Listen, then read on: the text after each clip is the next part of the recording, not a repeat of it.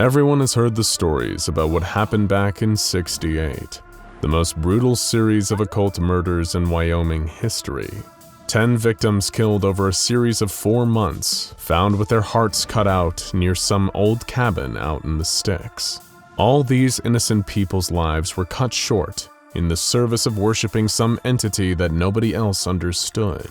Thankfully, the murders had stopped by the start of the '70s, and this humble Wyoming county knew nothing but peace for several years after. But the cabin where it all happened remained abandoned. The ground was sour there, weighed down by the horrors that transpired.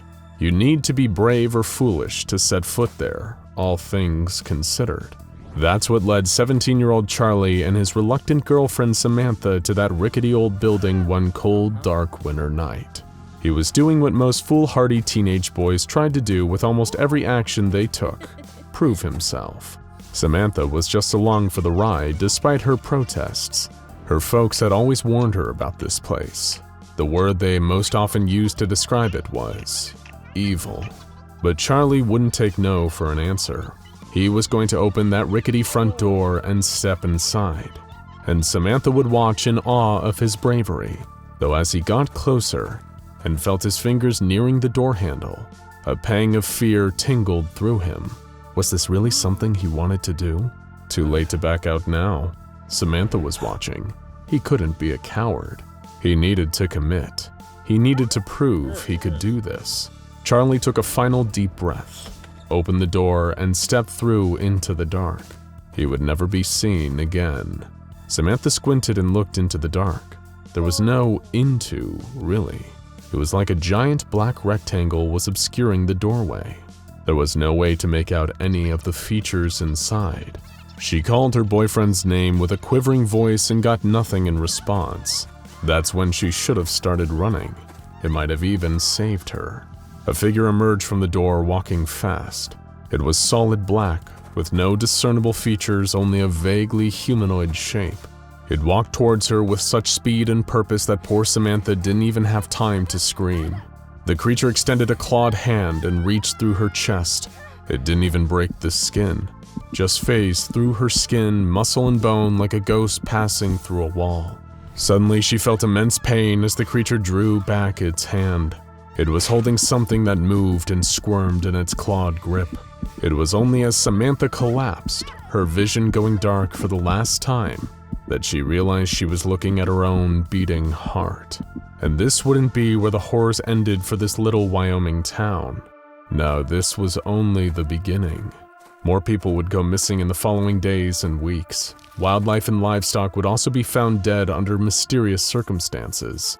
Local vets were baffled by dead pets found in yards with no obvious cause of death, only to be confused and horrified when they performed an autopsy and found massive internal bleeding and a missing heart, despite the fact that there was never any kind of wound indicating a heart's removal. Your average weird occult murders are the FBI's problem, but when hearts start to disappear in a mysterious fashion, that's how the SCP Foundation gets involved in your case. They dispatched a number of field agents into the town in order to track down the source of this anomalous activity and potentially secure and contain whatever hostile entity was behind it. In this case, they really didn't need to track the entity down. It came for them. 3 agents were driving down a lonely Wyoming road near the cabin when a sudden series of shapes glowed into prominence in the car's high beams. It wasn't just one of those Vantablack creatures. It was several. The second the car ground to a halt, the entities engaged with extreme hostility. They attacked, seemingly unaffected by conventional arms fire from the 2 agents in the front seats. They dragged them out of the car before reaching into their chests and pulling out their hearts. The agent in the back seat got lucky. He'd had experience with beings similar to this in the past, and had one method that might work. As they drew towards him, he loaded a magazine of silver-tipped rounds into his handgun. Closer, closer. The agent also happened to be a devout Muslim, and as the creatures approached, he drew his weapon and prayed to Allah for the strength to overcome these demons.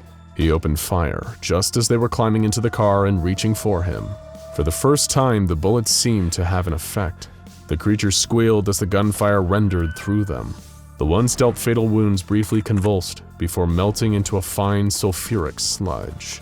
The agent, thinking on his feet, noticed that the creatures that stole the hearts of his two fellow agents were fleeing. He followed them, trying to find their source. And of course, it was the cabin. The creatures passed back through the open door into the darkness of the cabin. How many of them were there? And what was going on inside? Naturally, the full mind of the SCP Foundation rolled into town not long after this incident. Knowing now that the cabin, designated SCP-1983-1, was the source of the creatures, designated SCP-1983-2, things were easier to get under control. A fake chemical plant was built around the cabin as the pretense to keep it contained. This plant became known as Outpost 54. On-site researchers would sleep in the facility. Soldiers required for the regular culling of 1983-2 instances would make their home in the barracks. And of course, there was also a large armory filled with the specialized weaponry and ammunition required to put the rampaging, heart-stealing creatures down. The fateful encounter that the surviving agent had with these aggressive entities provided the Foundation with an invaluable piece of data on how to combat SCP-1983. For reasons not fully understood, the 1983-2 creatures have an extreme reaction against sincere human belief. It doesn't matter which religion you personally follow. If you are a true believer and you make a prayer to your deity of choice while firing on one of these monsters with silver-based ammunition, you will be able to slay them.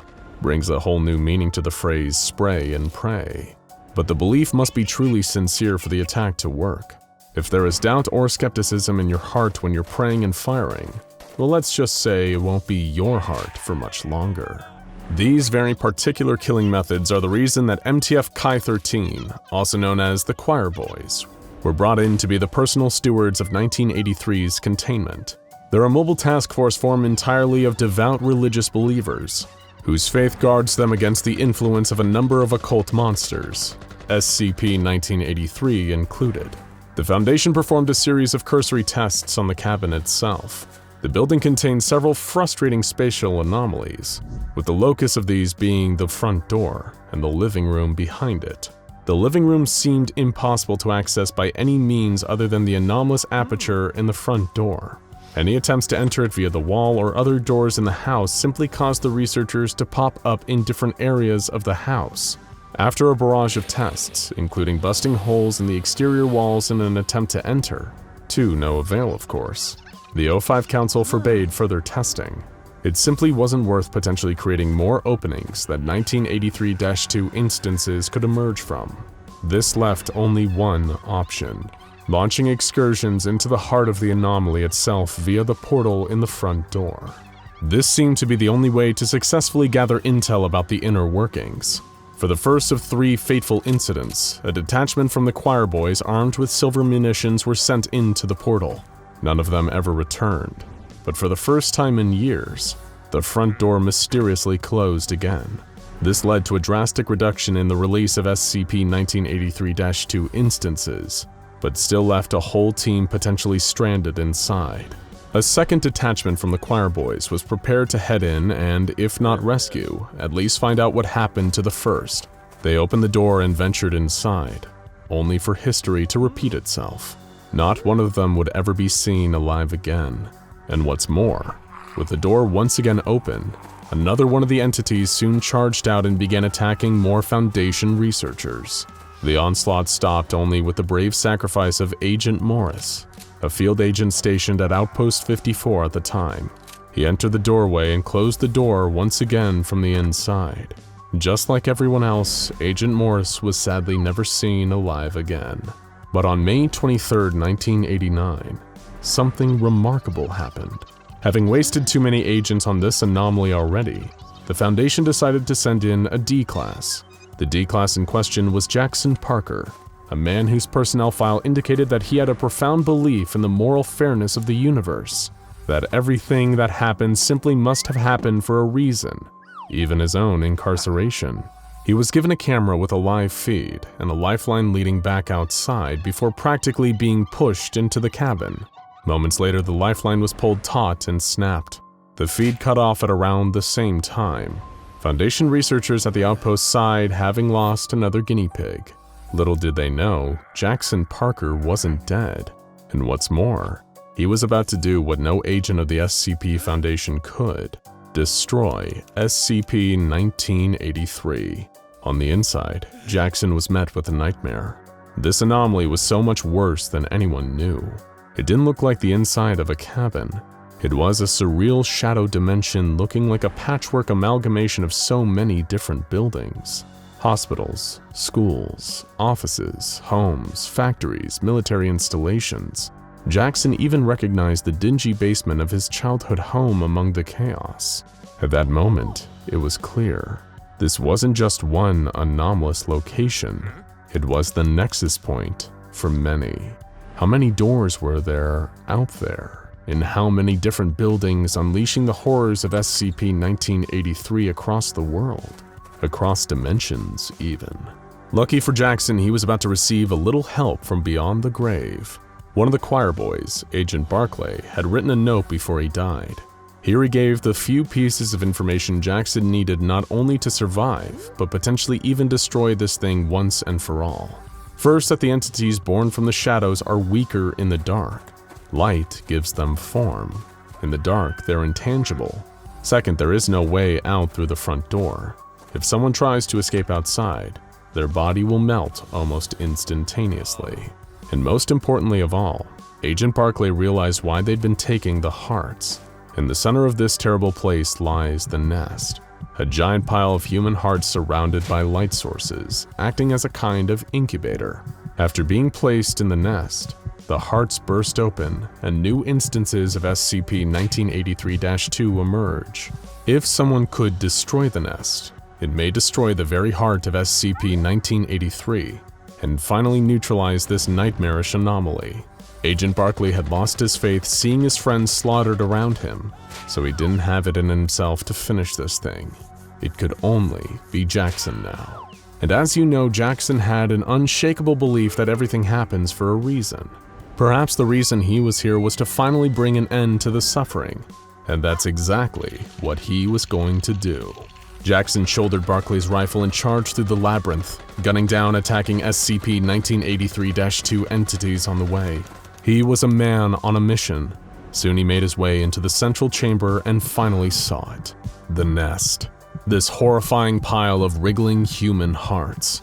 One of the many sights that finally broke Agent Barclay. But Jackson stood unbroken. He aimed the rifle at the nest and opened fire, the sheer force of his unshakable belief supercharging his every shot. He had struck a killing blow at the heart of the beast, avenging everyone it had ever murdered. On the outside, to everyone's amazement, SCP-1983 disappeared. The front door opened and the darkness dissipated within.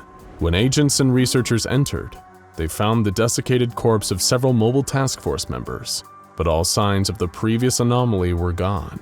From the same note left on the corpse of Agent Barclay, it was clear to researchers that Jackson Parker had taken the advice and finally neutralized this dangerous Keter-class anomaly.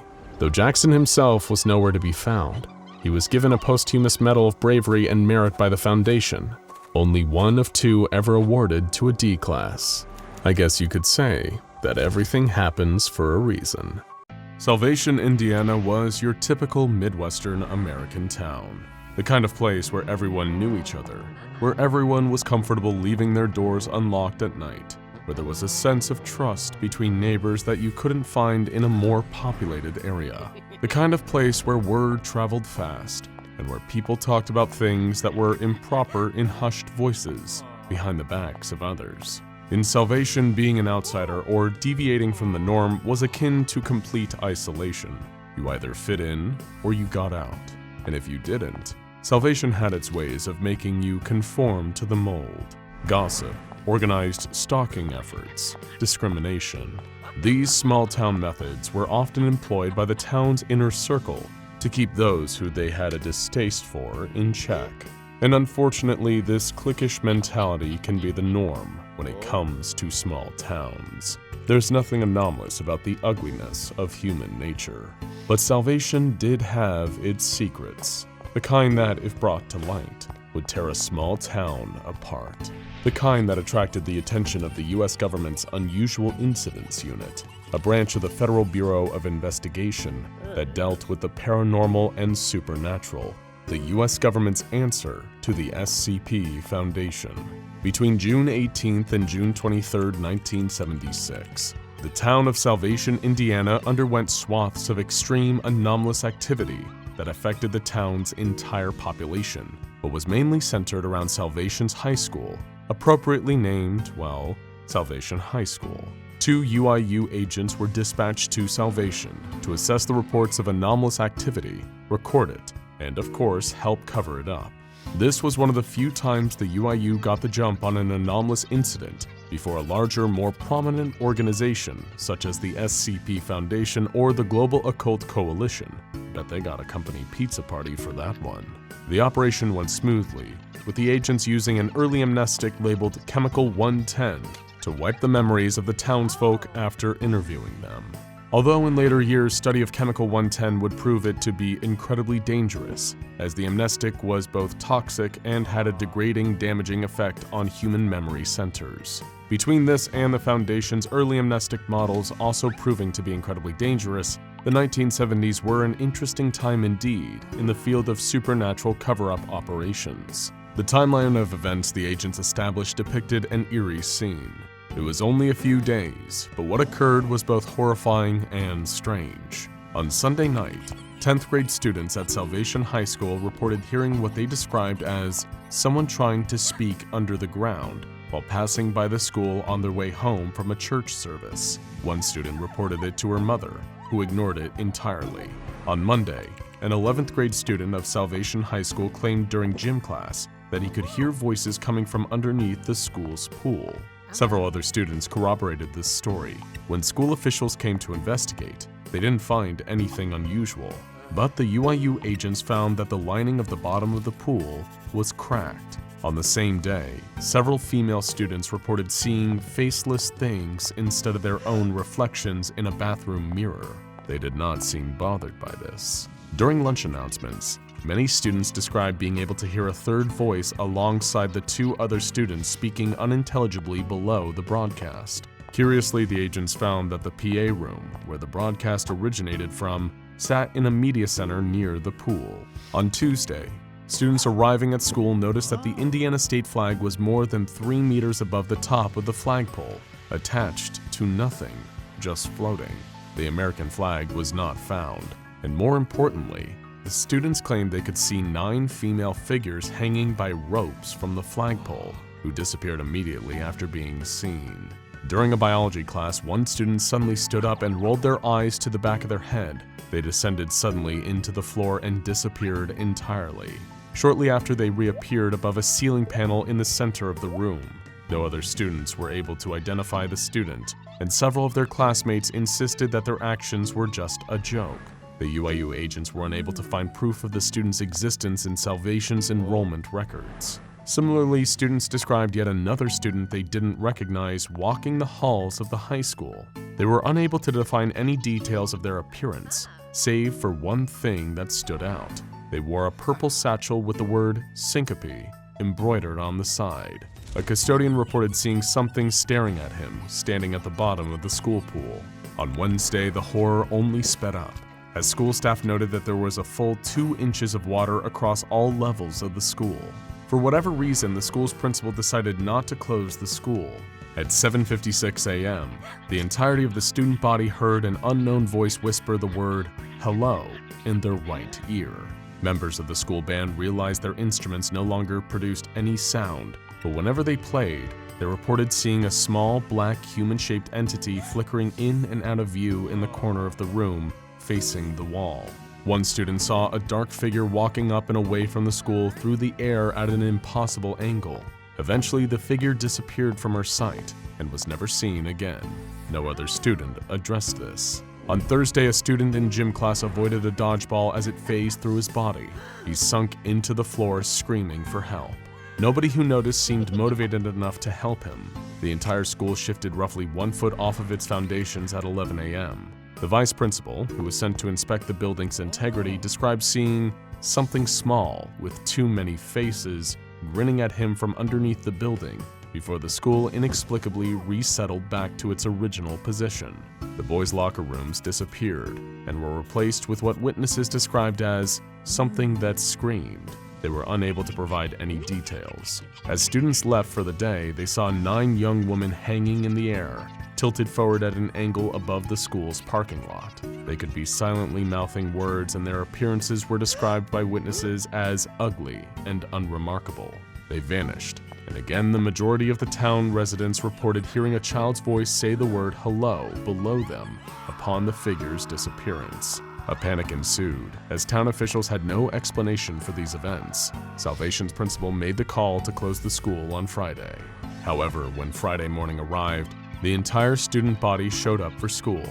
The building was locked, so the students simply waited outside to be let in. No individuals could describe why they were there. There was a knock on a window, and the students saw a small black entity standing outside of a second-story classroom. An entity phased in and out of the school's windows over and over until suddenly disappearing. After this, the front door unlocked itself, and the mass gathering of students entered the building. However, what they found was unlike the small school they had come to know over the years. Inside, Salvation High School was transformed into a non-Euclidean space, meaning that reality didn't work inside it the way it should. Hallways that led right instead led downward. Stairs that went up instead curved left. As the students moved through the school, they couldn't help but feel like they were always moving down, lower and lower. Some heard whispers, others heard drums in the distance. As they approached the basement, they saw a massive stone archway. Suddenly, the students shifted, encasing the entire group in rock and earth for 20 seconds. After this brief, suffocating torture ended, the students reappeared back in the school, except this time, every one of them reported being the only one in the building. They described the experience wandering the building alone before coming to what they called a doorway below a doorway, and ended up inside a small sub-basement room. There they saw 3 mysterious visions. A woman crouched over a body of water, surrounded and covered in blood. A farmhouse and a group of trees that were burning. 9 white humanoid figures floating in the air overhead. A weeping woman digging in a field until her hands began to rot and fall apart. When these visions subsided, the black entity reappeared again. It whispered hello, and the group of students were suddenly surrounded by 9 screaming female figures. After this, the students reappeared inside their own homes. It was at this point that the UIU began to enter the town to distribute amnestics to the subjects. More anomalous activity was recorded in rapid succession. Bodies hanging in the sky, water taps leaking human hair and mucus instead of water. Individuals reported that their facial features had disappeared entirely. Others reported seeing faceless creatures in the town. The black entity frantically appearing and reappearing in rapid succession throughout the town. Even a weeping young woman running back into the school's building, who witnesses lost after she entered the school's basement. The cover-up effort was brutal, but it worked. The townspeople of Salvation were convinced that they saw hallucinations as a result of toxic gases blown south from a factory up north. But what was the connection between all the phenomena? 9 faceless female entities, water, and blood. Something that literally upsets the entire foundation of Salvation High School. A small black entity. Adults in the town ignoring the things their children saw and acting indifferent toward them. All this sounds a lot like a dirty, dark secret being unearthed in the town of Salvation. Something people would rather turn a blind eye to and ignore. But they couldn't, because the terror was only getting started. A week after these events occurred, contractors assessing the damage to the school discovered the sub-basement room, where the students had various visions of anomalous entities. Behind it was the entrance that led to the large stone archway. This antechamber was discovered after one of the members of the contracting team slipped and fell beneath a collapsed section of wall and floor that led to the massive area underneath the school. The contracting team attempted to extract them, but they did not succeed. Their disappearance caught the attention of the SCP Foundation, who assessed the school and deemed the area beneath the school to be anomalous, as the building's architecture should not be able to accommodate the size of the area. It was designated SCP-3935, and as the Foundation began investigating it, they were determined to uncover the truth of what really was occurring in Salvation, Indiana. While exploring SCP-3935, they came across the stone archway, a piece of architecture whose origins are unknown.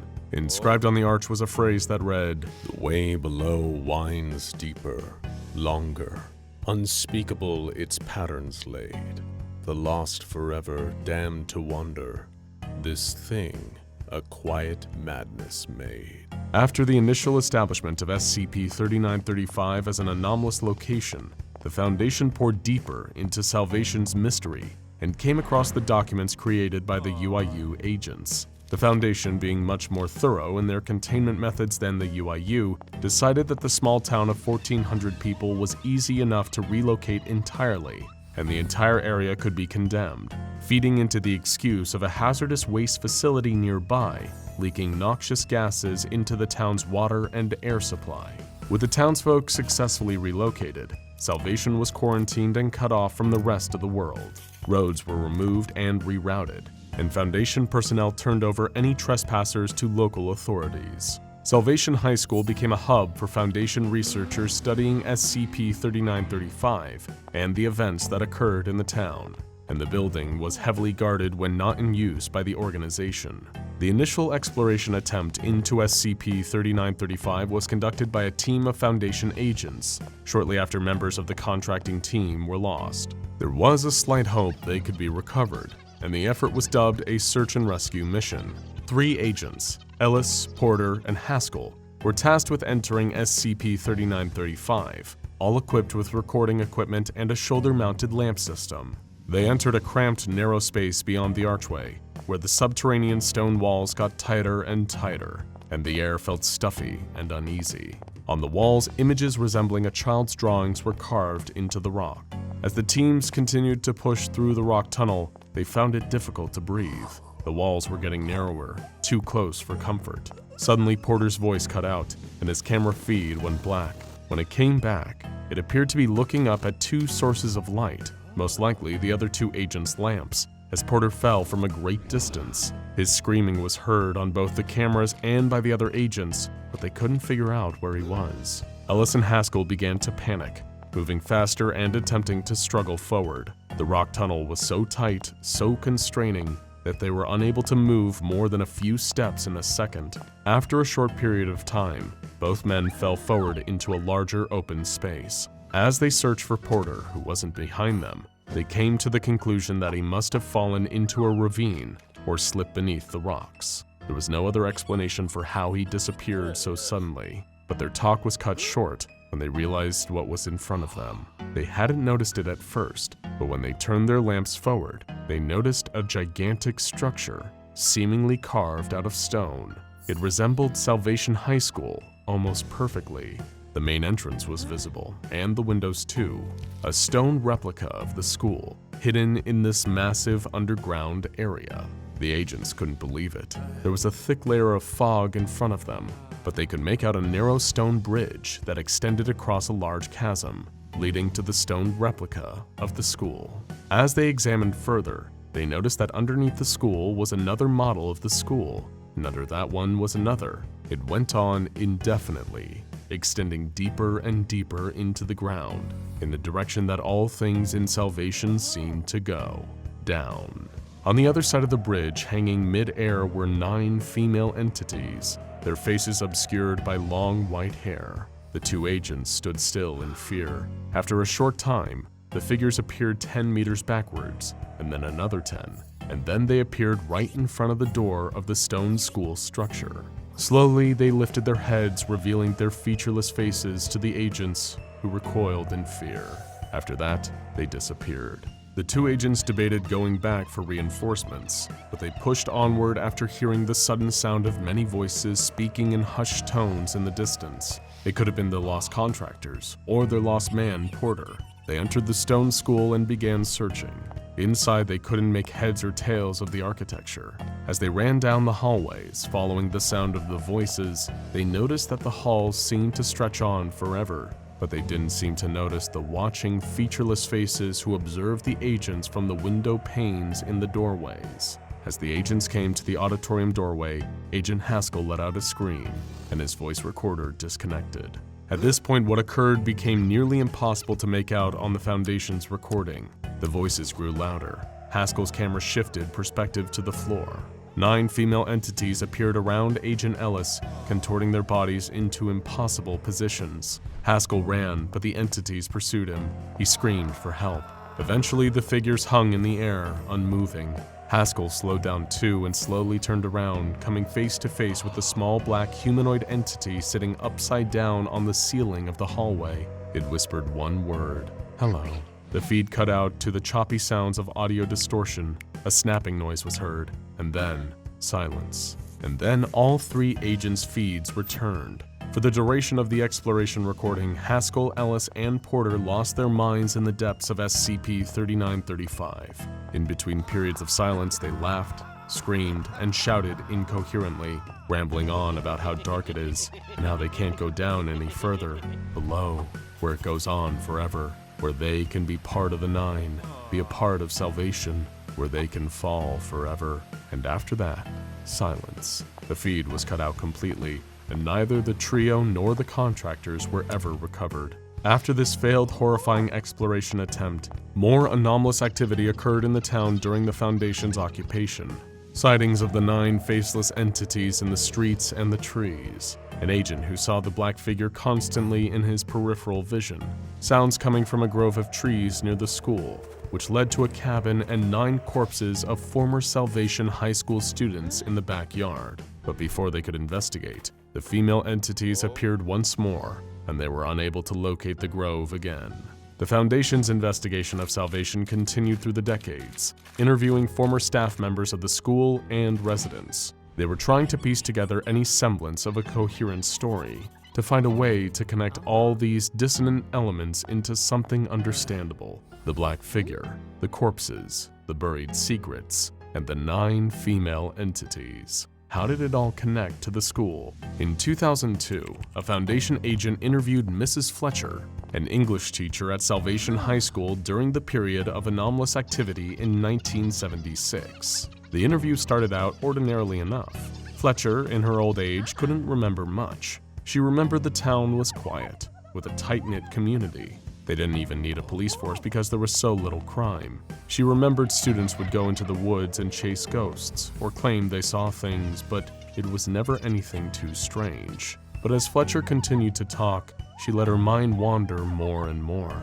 She recounted how there was a disappearance at the high school, a girl who was last seen by the school's pool. The town assumed she ran away. After all, there were some individuals who held strong opinions in Salvation, the kind of opinions that didn't sit right with some of the younger residents. The church was important in Salvation.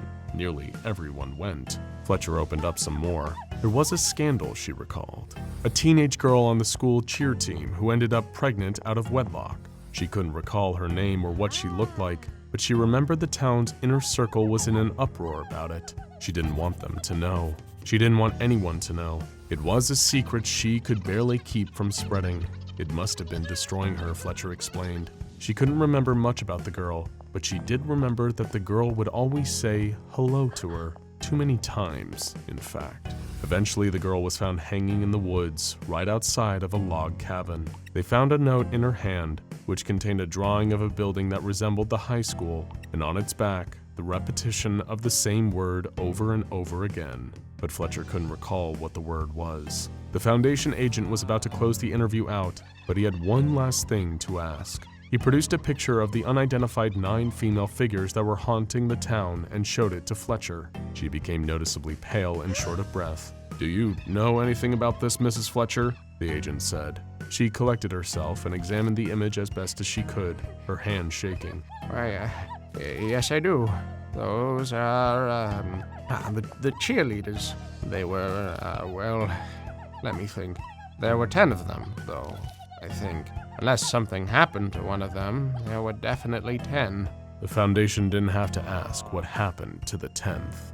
We have always been afraid of the dark. Ancient ancestors of mankind built fires to chase the shadows away, to keep the thick, black mystery of night from encroaching on their fragile little homes, with all of the teeth and claws it hid within its depths. From the time we were small children, we knew to be nervous when the lights went out. We beg our parents to leave the hall light on or plug in a nightlight, praying that a tiny sliver of illumination will protect us from the monsters we just know are salivating beneath the bed, scratching against the closet door, waiting for us to close our eyes. We pull the blankets tight over our heads, heating the air with our panicked breaths and reminding ourselves that the shadow in the corner of the room was just a rocking chair or a coat rack. We pretend it's the truth. But there's a reason we fear the darkness as much as we do. It's inherent. It's a memory passed down from generation to generation, ever since we first learned how to scream. As adults, we try to tell ourselves we've outgrown those childish fears and night terrors. We know better now, but you still run up the darkened staircase as if something's chasing you, and your heart jumps into your throat when you hear a sound after midnight. Call it El Cucuy, the Clud, the Boogeyman, or 1,000 other names.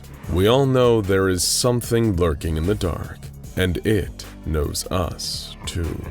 D-Class 080-1 was pulled from his cell one afternoon and brought to a containment chamber. He knew the drill by now. They would send him in and he would encounter something bizarre, horrible, and potentially deadly. Maybe he would emerge traumatized. Maybe he would lose a limb. Or maybe he would never come back out at all. A security guard opened the door and instructed him to enter. It wasn't an ideal situation, but he really didn't have much of a choice. And so, he walked inside. Dr. Smith called to him from outside the room, asking him what he could see inside. It was pitch black, and he couldn't see a thing, and he told the doctor as much. But then, the hairs on the back of his neck prickled. A chill rippled down his spine. He had the distinct feeling that something was looking right at him, watching, waiting. "Did you just let something in here?" he asked. It feels like something's watching me." "No, D080-1, Dr. Smith responded. "We did not let anything into the room." The man's hands were shaking, and he could feel sweat beading on his forehead. That couldn't be true. He wasn't alone in there. There, in the corner, there was a black mass, large and somehow even darker than the rest of the room. He could feel its eyes on his, boring into him. His heart thudded in his chest, and he felt like he might be sick. He tried to take a step back, but his ankle folded under him and he collapsed onto the floor. "What do you see?" Dr. Smith asked. The man struggled to find the words. The giant blackness, like someone's just standing in the corner. Oh God, it's looking right at me, let me out!" He climbed to his feet and he felt his way along the wall until he reached the door and began to pound against it with his fists. The doctor refused to let him out until he described the being's appearance. It looks like a figure hunched in the corner." "Is it human?" Dr. Smith asked. Though he knew it was too dark for the doctor to see, he shook his head. No, it's too big to be a human. It's still looking at me, Doc, still staring." Though he should have had adrenaline pumping through his body, he felt suddenly sleepy, almost unable to keep his eyes open. "Move closer to it," Dr. Smith ordered. The D-Class obeyed, though he swayed on his feet as he walked. "Its eyes look like paper, just staring at me. It wants me to do something." At this point, he fell to the ground again, suddenly silent. Dr. Smith called out to him again and again, but the man did not respond. When the research team opened the containment chamber several minutes later, D080-1 was gone. He was lost to the thing that waits for us in the dark. He was lost to SCP-080. This was the first in a series of tests that a Foundation research team, headed by Dr. Smith, performed in order to better understand this shadowy figure and determine whether or not it has a physical body of any kind. When the results were determined to be unsatisfactory, another experiment was conducted. A woman referred to as D080-2 was selected and sent into the room. This time they would attempt to have the D-Class touch the entity. Upon entering the chamber, D080-2 remarked on how dark it was, and how difficult it was to see anything inside. After several minutes, however, she noticed something standing in the room. When prompted, the only descriptor she could give was that the entity had 2 eyes. Dr. Smith asked her to approach the entity and report any changes. As she got closer, she became increasingly drowsy and exhausted. When she reached out to touch SCP-080, she went quiet and did not respond to any additional questions. She was found asleep in the corner of the containment room and was immediately examined by medical staff. No adverse physical effects were found, and an interview was conducted to determine if there was any residual psychological impact. In her interview, D080-2 was noticeably distant. Her expression and tone of voice both described as spaced out. When asked about her encounter with the entity, she became increasingly upset and began to hyperventilate. She screamed, "It just stared and stared, not moving, but I felt something. I was on the floor and they were all over me. They're here. No, they're trying to take me away back to that thing. I won't go back. You can't make me go back in there." At this point, she lunged across the table and attempted to attack Dr. Smith. She was removed from the interview room and later terminated. A third experiment was conducted using a man referred to as D080-3. In order to counteract the entity's tranquilizing effects, he was given a powerful amphetamine at a dose that would keep a person under ordinary circumstances awake for at least 36 hours. When he entered the room like all the others, D080-3 saw a shadowy figure standing in the middle of the room. He was told to stand still and watch the figure, and report anything unusual that he might notice. After 10 minutes, the subject became frightened and demanded to be let out of the room. He pounded on the door and attempted to wedge it open. When he failed to open the door, he lunged at SCP-080 and attempted to hit it with his fists. He promptly slumped on the floor and went silent. His dead body was found in the room after the experiment, and an autopsy determined the cause of death to be a severe heart attack. The researchers who entered to retrieve the body felt unsettled as they did so, reporting a feeling that SCP-080 was looking directly at them the entire time. Following the conclusion of these experiments, the research team was able to draw several conclusions about SCP-080. It causes debilitating drowsiness in anyone who enters its containment chamber. After 30 minutes of exposure, anyone who is observing the entity will involuntarily fall into REM sleep. If there is any light in the room brighter than a standard children's nightlight, the entity will disappear. This should be treated as a containment breach if and when this occurs. After conducting their experiments, Dr. Smith and his research team began to experience highly upsetting dreams. While many of the staff began requesting appointments with the medical team, Dr. Smith refused to discuss the nature of his dreams with any on-site psychologists, insisting that he wasn't going to let some silly nightmares get the better of him. As the weeks wore on, however, he became increasingly withdrawn.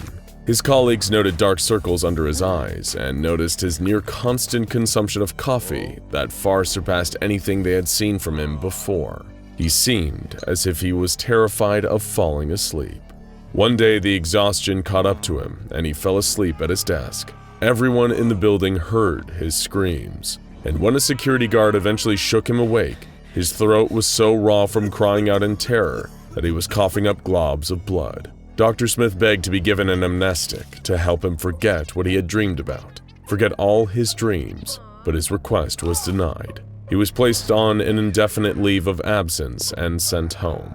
2 days later, the research team was given a somber report. Dr. Smith had leapt off a bridge. Following Dr. Smith's tragic demise, the rest of his staff were given notebooks and encouraged to keep dream journals during the course of their research in order to track the psychological impact of studying SCP-080. Additionally, they were required to turn these journals in to site psychologists for review, particularly if the dreams became especially disturbing or violent. The following are excerpts from some of these dream journals. Research Assistant Megan Vaughn. Last night I dreamt I was lying in my bed. Not my bed now in my apartment, but my childhood bed with the baby pink sheets and the quilt my grandmother made. It felt so real, every detail. My dollhouse in the corner, my big teddy bear, my tea set, and my closet. I was lying on my side with my head facing my closet. I used to be so scared of that closet. Every night I would sob until my dad checked it for monsters. I couldn't go to sleep until he did, but in my dream I knew he hadn't checked.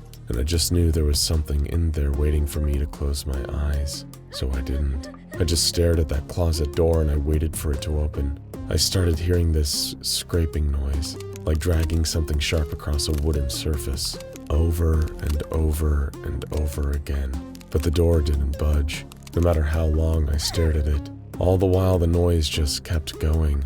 Scrape, scrape, and the sound of soft, raspy breathing, but the closet stayed shut. Eventually I rolled onto my back and there it was, on my ceiling, hanging over me with its upside-down head and round, open mouth. An old woman with long, stringy hair and fingernails as long as my arms. She was scratching on the ceiling and waiting for me to look. I couldn't move. I could just stare up at her as she took two of those long, long fingernails and slowly inched them towards my eyes. And then I woke up. I'm scared if I go back to sleep, she'll pick up right where she left off. Dr. Owen Coley. I'm swimming in my family's pond and it's a beautiful sunny day outside. I can feel the sun's heat on my skin and the crisp cold water cooling it every time I dip under the surface. I decide to swim down towards the bottom and dive for rocks, and when I come back up, suddenly it's dark. It's the middle of the night and the water doesn't look so clear anymore. I can't see the bottom. I can't see anything around me at all, and I feel something slither against my leg. I kick it away, but I just feel something else on my other side, slimy and quick. I can't see it, but I can feel that it's much bigger than me. So I start swimming towards the edge, trying to get out before something worse happens. And I feel this sharp pain, like 100 needles stabbing into my back. And it hurts so bad I see red, but I keep swimming. I reach the edge and I try to pull myself out, but I can't. There's something on me. It's so heavy I can't get out. I look over my shoulder and I can now make it out. It's the biggest leech I've ever seen, and it's latched onto me. I can see it pulsing, swallowing. It's draining me. And I feel so weak all of a sudden, dizzy, and I look down at my hands and they're shriveling up right there, my fingers pruning as I feel the blood being pulled out of me. My vision blurs up and my head tips back and I'm sinking down into the water as the leech keeps sucking. Pulls down into the muck at the bottom and everything just goes dark. Researcher Kathy Levine. Okay, in my dream I was in my old house back when I lived out in the woods. No cell reception and no neighbors. I was in the shower washing my hair, I think. It's so hard to remember the details. I don't remember the details of dreams very well, but I'll do my best. This part I do remember. I heard this sound like footsteps coming from the floor above me. That quiet thudding sound coming down through the ceiling. I turned off the water to listen better, and there it was again. Definitely footsteps. Someone was in my house. I threw on my clothes and I slowly snuck out of the bathroom and I made my way to the front door. I don't know why, I just knew I needed to get out of there. Just when I opened it, I heard the footsteps behind me and I turned around and there was this man there. Huge, like 7 feet tall, massive tangled beard, wild eyes, and holding an axe. We stared at each other for a long time and he just smiled, like he was so sure he was going to kill me and have a lovely time doing it. I ran out of the house and into the woods and I could hear him coming after me. Branches hit me in the face and cut up my arms as I ran, and I just knew I had to get away. But then I started to get that feeling you get when you run in dreams, like your legs don't work, like you're pushing through water. I was running as fast as I could, but I wasn't going forward at all. And then I felt a hand grabbing my hair, yanking my head back, and the blade of the axe slicing across my cheek. He whispered in my ear, and his breath smelled like rotting flesh. And I'll never forget this next part. He said, "We're not done playing yet.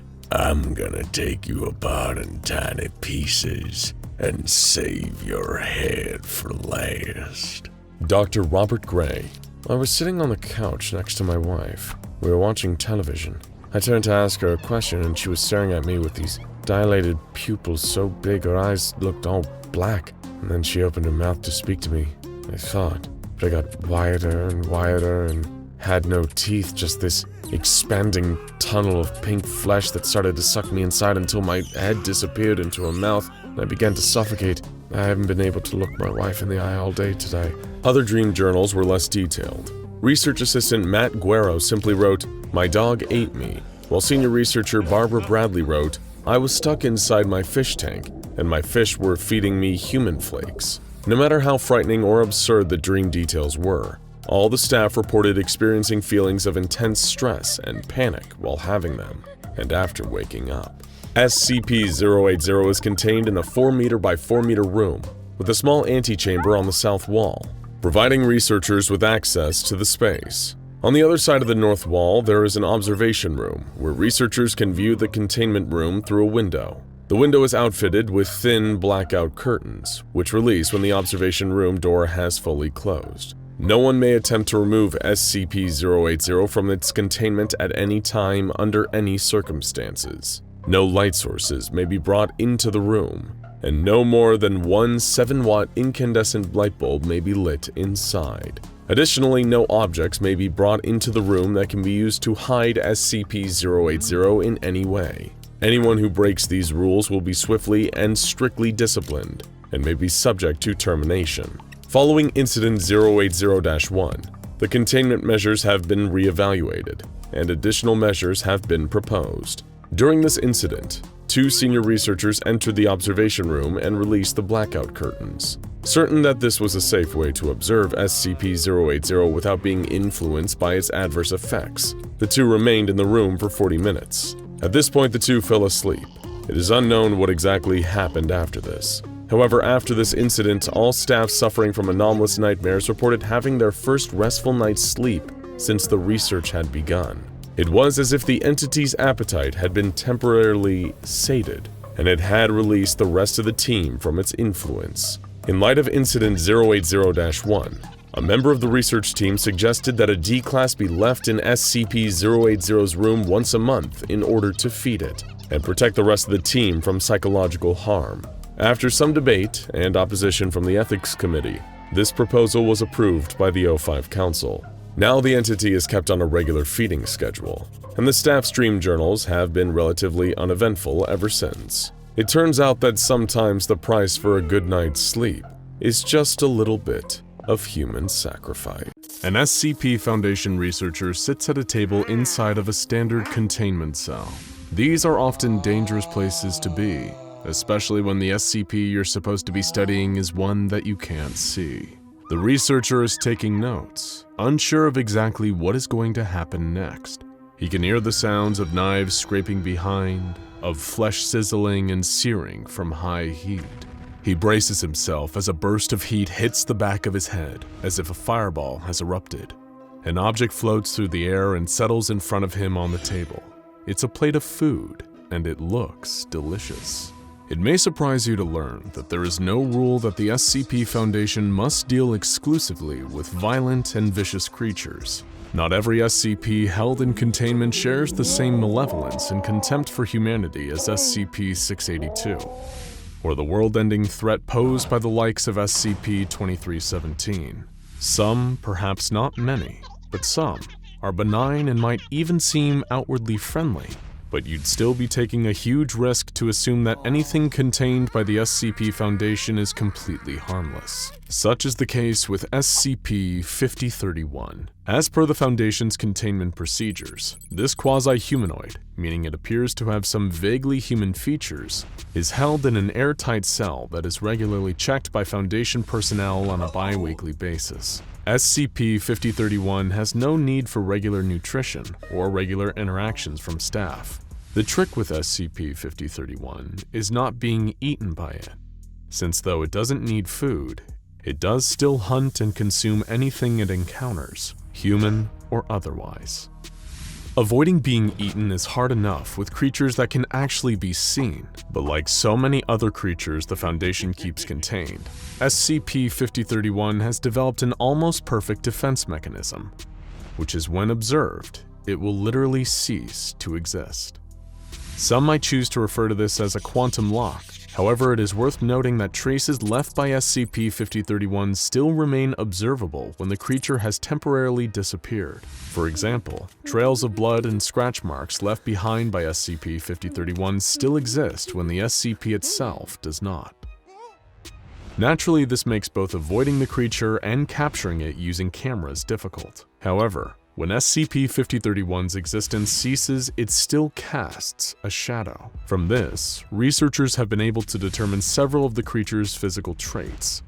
Based on its silhouette, it has been deduced that SCP-5031 levitates about half a meter above ground level, sports an abnormally small necklace head atop an elongated torso, approximately 1.9 meters long, with 3 sets of spindly lower arms that branch outwards. Using these arms and its loosely hanging body, SCP-5031 will lower itself to hunt any human or animal that draws near to it, and uses the blade-like tail to cut up food. Perhaps the most interesting facet of SCP-5031 beyond its defensive capabilities and apparent physical attributes are the series of 9 tests conducted by senior researcher Stanley Huxtable. Appalled by the conditions that the creature was being kept in, Huxtable took over the role of HCL supervisor for SCP-5031. Having grown increasingly frustrated and empathetic towards the creature, listening to its screams from inside its iron containment unit, Huxtable devised a series of tests to introduce SCP-5031 to various different stimuli as a way to better understand the creature, and hopefully keep it contained in a way that didn't seem to cause so much suffering. It's worth remembering that the SCP Foundation makes its mission to be cold, not cruel, in performing their duties to protect normality, and many of the researchers and staff are just as capable of having empathy for creatures as you might for a stray animal at a shelter. The first of Huxtable's tests involved installing speakers in SCP-5031's cell, through which a variety of different ambient and popular pieces of music were played to see if they had any effect on reducing the creature's stress.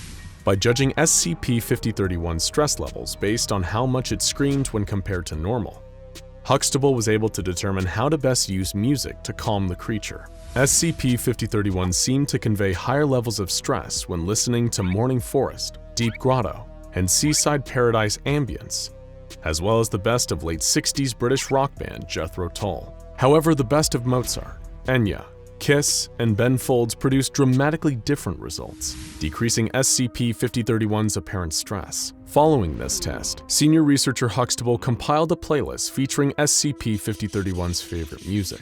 Over time, the stress-reducing effects of music on SCP-5031 seemed to decrease, but keeping the playlist on shuffle seemed to keep the creature consistently calmer than it had been previously. The next test involved introducing inanimate objects into SCP-5031's enclosure to monitor its reactions and how its stress levels were affected. When a softball was thrown into the enclosure, SCP-5031 immediately sliced the ball in 2 with its tail in one swift motion. A similar result occurred when researchers threw the creature a basketball, which was quickly punctured and sliced open by SCP-5031's tail. Its stress levels first seemed to diminish when the creature was offered a bowling ball, which it rolled around the enclosure and then later knocked it against a second bowling ball. However, when one of the balls chipped, rendering it unable to roll properly, SCP-5031's stress increased dramatically until a replacement was offered. Researcher Huxtable noted that SCP-5031 seemed to possess a similar level of motor skills to an average human toddler, with similarly explosive emotional reactions to match. Next, when given the choice between 2 food sources at opposite ends of its enclosure, SCP-5031 seemed to gravitate towards higher quality food, most notably favored cooked rotisserie chickens over animal carcasses. It even chose this option over a live chicken, using its tail to cut its food into more manageable bite-sized portions, rather than ripping its meat with its hands or teeth like many of its fellow SCPs. Researcher Huxtable recorded these findings and highlighted that, even though SCP-5031 didn't need to eat in order to survive, providing the creature with food of a better quality marginally reduced its stress. Senior researcher Huxtable next attempted to test SCP-5031's coexistence with other living subjects, each time making sure that the creature had been adequately fed to avoid any unseemly incidents. First, a live chicken was introduced. SCP-5031 rolled its bowling ball at high speed towards the chicken, increasing both its and the chicken's stress levels, and inadvertently killing the chicken in the process. When a second chicken was introduced, SCP-5031 gently rolled a basketball towards it, but ceased any further engagement after the chicken squawked from being hit by the ball. Next to be introduced into the enclosure was a blindfolded D-Class staff member, who was instructed to sit down and roll the basketball towards SCP-5031. After doing so for several minutes, the creature began to approach the D-Class subject, who was instructed to remove their blindfold to cease the creature's existence and prevent any potentially deadly incidents. Finally, researcher Huxtable had another Class D engage in a game of catch with SCP-5031 while facing away from the creature. This test proceeded successfully, and senior researcher Huxtable remarked how SCP-5031's motor skills were improving, albeit gradually and with some gentle encouragement. Through Huxtable's tests, the creature was learning. The next test, focused on teaching SCP-5031 linguistic symbols, utilized LCD displays and buttons connected to a food dispenser. One display showed an image of a rock, and the other an image of a rotisserie chicken. After some brief probing, SCP-5031 was quickly able to understand that pressing the button under the correct display would dispense a rotisserie chicken for it to eat. The creature was later able to adapt when, the following day, the screen displays and materials dispensed were swapped, and then later set to swap at random intervals. When additional rock dispensing stations were introduced, this time displaying the word rock as opposed to an image, SCP-5031 was able to determine which station dispensed chicken through a process of elimination. Whenever the functions and displays were swapped, SCP-5031 would find whichever displayed the word chicken to receive its food. The final phase of this test presented SCP-5031 with a single station, displaying the word chicken, but with a button that would remain inactive unless the creature spelled out the same word with a collection of lettered blocks it was provided with. After some initial confusion and frustrations as to why the button would not dispense food when pressed, SCP-5031 was able to assemble the word correctly, not only activating the button and dispensing food, but proving to researcher Huxtable that the creature was capable of learning language. Huxtable continued to test the creature, encouraging it to spell words using lettered blocks as a method of communicating. By increasing SCP-5031's vocabulary and the amount of human interaction it received, senior researcher Huxtable observed that SCP-5031 was gradually learning to sing, albeit non-verbally, as well as to juggle with its 6 hands, and was even communicating its food preferences and dish pairings. Later, another Class D, D-52125, was introduced to SCP-5031's enclosure to aid in further testing. Through D-52125's instructions, the creature quickly learned to draw using crayons, and created artworks depicting itself, its newfound friend D-52125, researcher Huxtable, a cat, and a rotisserie chicken. SCP-5031's new creative side didn't stop there though, as the creature quickly learned to play chopsticks in only 2 days once a piano was introduced into the enclosure. SCP-5031 even managed to start creating its own original, admittedly crude, compositions. Next, a spice rack was placed inside the creature's cell, and D-52125 demonstrated how to season meat. This proved to be SCP-5031's new favorite hobby, as it spent the next 3 days experimenting with different combinations of foods and spices, using its letter blocks to request more garlic powder. Interestingly, the creature only created artwork or music when D-52125 was present, but seemed to thoroughly enjoy its experimentation with food when left alone. Following this development, senior researcher Huxtable devised a new test for SCP-5031, providing the creature with cooking utensils and using D-52125 to demonstrate. 5031 was shown how to prepare a variety of different dishes, from hamburgers and tacos to Mongolian beef, steak, clam chowder, and profiteroles. In addition to a small peanut allergy, this 8th test revealed SCP-5031 to be a phenomenal chef, possessing culinary skills far beyond the average person. The creature quickly and enthusiastically embraced its newfound talents, concocting its very own brand new recipes, with D-52125 even volunteering to be the first to taste test 5031's dishes. It was shortly after this test that SCP-5031 spoke its very first word. And it should come as no surprise that the word was salt. Naturally, senior researcher Huxtable was very proud of the progress the creature had made with its development. The final test almost seemed to be what the creature was born for. Over the course of 2 months, SCP-5031 was tasked with creating a full 3-course meal, which would then be served to Foundation staff for Thanksgiving. SCP-5031 not only rose to the task, but exceeded all of researcher Huxtable's expectations, creating a meal that even Gordon Ramsay would be hard-pressed to find fault with. The creature created a first course consisting of sweet potato miso soup seasoned with turmeric. Next came a beautiful duck confit, glazed luxuriously with apple cider and topped generously with sweet cranberry compote, paired with a side of butternut squash gnocchi and served on a bed of kale seasoned with truffle salt. The grand finale of the exquisite meal was a spiced cassava pie for dessert, complemented with the finest French vanilla ice cream and a maple hazelnut syrup. And SCP-5031 didn't stop there. The creature also debuted one of its original musical compositions to complement the decadent meal it had created.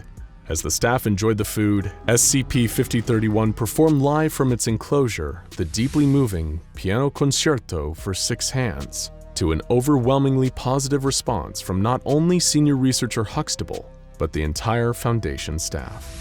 As a fitting end to the creature's tale, Huxtable reported that, during the Thanksgiving banquet it had created, SCP-5031's stress levels reduced entirely. New, kinder containment measures that would keep 5031 safer but also far more contented were submitted for approval. Perhaps some of you may find it refreshing to learn that SCP-5031 isn't simply just another malicious, malevolent monster that the Foundation has to keep under lock and key for the safety of the world. Instead, SCP-5031 is a gentle, if a little frightening at first, creature that just requires careful and considered guidance instead of a cold iron cage and around-the-clock armed guards. Through testing, senior researcher Stanley Huxtable and his fellow Foundation staff were not only able to help the creature develop, but also found what makes it tick, and not just for the purposes of containing it.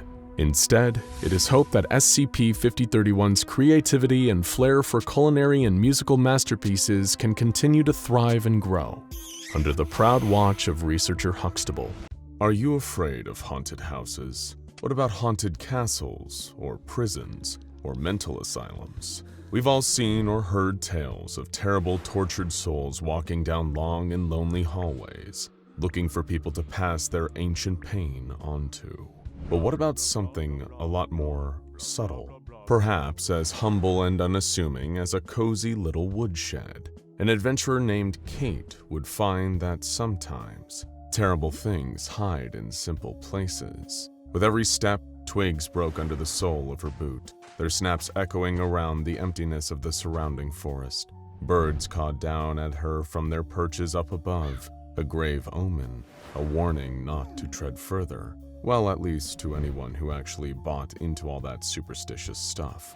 Kat was far from a believer in that sort of thing, although at the same time, she had more than a passing interest in all things occult and unnatural. For her, it was less about the actual practice of certain things. The appeal was more about the stories that those practices inspired. Legends and myths, spooky tales of ghosts, or the dead rising from their graves, and of course, the magical mother of them all, witchcraft. Although her fascination with the inexplicable and macabre rarely, if ever, overlapped with her other big passion, hiking. Until, of course, today. She could trek anywhere and wanted to aim for everywhere, through sprawling national parks filled with vibrant greenery, up the sides of mountains, climbing up to the peaks, to across deserts, following the almost empty highways to get from one tiny rural town to the next. There was something about getting to not just know about the world, but to actively go and see it with her own 2 eyes, to actually be out there in it. That felt so right. On her current journey, Kate had taken herself on a long trail through the heart of the American Midwest, lugging a heavy pack over her shoulders, filled with her tent, sleeping bag, outdoor cooking supplies, and all manner of camping gear. She had set off following the winding path of the Patoka River, which ran around or adjacent to a few of the major cities in the state of Indiana. Kate was hoping to follow the flow of its main body of water all the way through to the city of Jasper.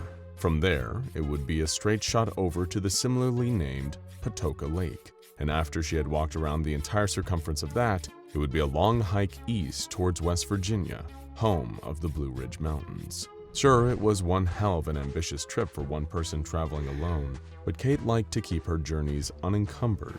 Having someone else coming with her would just slow her down, or they wouldn't be able to keep up with her at all. There's no fun at all in that. Stopping for the night, Kate lit herself a campfire. She had to make sure to keep it far enough from the trees to avoid starting any potential catastrophes, but also not too close to the wet bank of the Patoka, otherwise her kindling wouldn't catch alight. There were so many variables to consider for any aspiring camper. Sparks from the flint that she always took on her travels struck the dry twigs she had collected, and soon a gentle orange glow and wave of low heat were radiating from it. The fire provided Kate with just enough light to unfold and peg down her tent as the diminishing visibility of the dusk gave way to the encroaching nighttime darkness. Before getting comfortable in her sleeping bag, she put out her campfire using water from the Patoka, then zipped up the front of her tent, keeping a flimsy cloth barrier between herself and the local wildlife. Not everyone found it easy to sleep in the woods as Kate did. She couldn't remember a time when the noise of breaking twigs or the sounds of movement outside had ever kept her awake. Even now, the rustle of leaves and branches did little to disturb her, regardless of whether it was just the wind or something else moving through the bushes. Woken up by the sun rising, its warm light breaking through the trees, Kate readied herself to leave. She never stopped at the same place for more than one night, and rarely slept for any longer than she needed to. A nice 8-hour recharge of her energy reserves, and then it was back to the open road. After a quick breakfast, she packed up her single-person campsite, folded up her tent, and stuffed it back into her bag. Kate had been just about to leave when she noticed something was missing. Her compass. It had been in her backpack, which she kept in the tent with her all night. Quickly scanning the ground around her, she couldn't see it. Weird, but she figured she had obviously dropped it at some point during her hike and would have to pick up a new one when she got to Jasper. It didn't matter. She could just follow the Patoka River as planned, although it didn't quite sit easy with her the rest of the day's trek. She'd packed the compass. That she was absolutely certain of. After all, she knew it wasn't like her to leave it behind. But then again, could she have forgotten it entirely? Over the next few hours, the question went round and round in Kate's head. As she walked along the bank of the river, silently starting to doubt herself, she drifted a little deeper into the woods, until out of the corner of her eye, she spotted something standing among the trees. It wasn't an animal or even a figure, but a structure. Spending so much time out in nature, anything man-made usually stuck out as an obvious, unignorable eyesore to Kate. She looked at it from a distance. It looked like an old house, isolated out in the woods, a short walk from the Patoka River. Checking the sky over her shoulder, Kate noticed it was getting late again, the daylight having gradually lowered while she had been wondering about why she had left her compass behind, or if it had been taken. Deciding to set up camp closer to the little house, she turned and headed in to inspect it closer. The place was far from the lap of modern luxury. Not that Kate couldn't live without running water or electricity for long stints of time, but it wasn't a house that had been built recently. Although she was no expert in either archaeology or architecture, Kate didn't think anyone had lived there for decades, possibly even centuries. It was almost medieval, a single room that was completely ramshackle, practically falling apart at the seams. Everywhere she looked, the wood that had originally been used to build it was either rotting away or had been broken into splintered remains. Plants from the forest had started growing through the floors and the walls, as if nature was trying to reclaim this spot of land where someone had once come to get away from the rest of the world. Sighing, Kat shook her head as she looked at the dilapidated house. There was no way even she could sleep there. It was too much of a safety risk. Parts of the ceiling could easily fall on her during the night if the wind picked up enough. Turning to leave, she stopped in her tracks as she noticed another structure, much smaller, behind the house. It had been so dwarfed in size by the slightly bigger building that it was completely obscured from view, but it looked to be in much better shape in terms of its structural integrity. It was a woodshed, its front door hanging lazily open. While not exactly brand new by anyone's standards, it was at least far more intact than the main house. Taking a few steps forward, Kate felt something like glass crunch under the heel of her boot. She scanned the floor, instinctively checking for any more so as to not injure herself. Even with the low amount of sunlight fading ever rapidly, it didn't look like more. Kicking her boot to loosen the shard, she made her way towards the woodshed, not noticing that what she'd been standing on had been a compass. Reaching the shed, she peered inside. It was pitch black within, almost as dark as the rest of the forest would be in a few minutes. Taking off her backpack and setting it down, she searched inside for her flashlight. Retrieving it and flipping on the switch, she looked back into the shed, and that was when she saw it. Taking a step back, Kat tripped over her bag, scrambling back up to her feet to make sure she had seen what she thought she had. It was just lying there, still and lifeless. For a split second, she hoped it was a trick of the light, just an old decaying lump of wood, but it wasn't. It was a body. The remains were charred, reduced to little more than bones some time ago. Even the ground next to it looked like it had been scorched, blackened by some intense fire damage. Kate's eyes were so transfixed on the burned mass of bones that a sudden sound startled her. Thunder growled above, immediately telling her she had little choice in what to do next. Her options were either she could sleep outdoors and get drenched by the rain and possibly catch hypothermia from being cold and wet, or she could spend a night in the cramped confines of this woodshed, which she would have to share with a long dead body. Walking back outside to retrieve her bag, she pulled out a ground sheet and used it to cover up the bones. It was a mostly sleepless night, and those were a rarity for Kate. Any sleep she did get was light, easily interrupted by as little as her own movements, and offered her no actual rest. But for the next few hours, she just lay awake on the wooden floor. It wasn't the sounds of rain drumming against the shed's ceiling or the booming of thunderclaps that were keeping her awake. Thoughts of what she was going to do about the bones kept coming to the forefront of Kate's mind. Should she report it to the police when she got to Jasper? Was there even any point if she had no idea where on the map this abandoned place was? Frustrated, she tossed and turned, eventually sitting up as something made a sound. It was a low, creaking, rusty metal hinge, screeching for a lack of any oiling over the years. The door was open, swinging lazily in the decreasing winds, its lock having long since broken.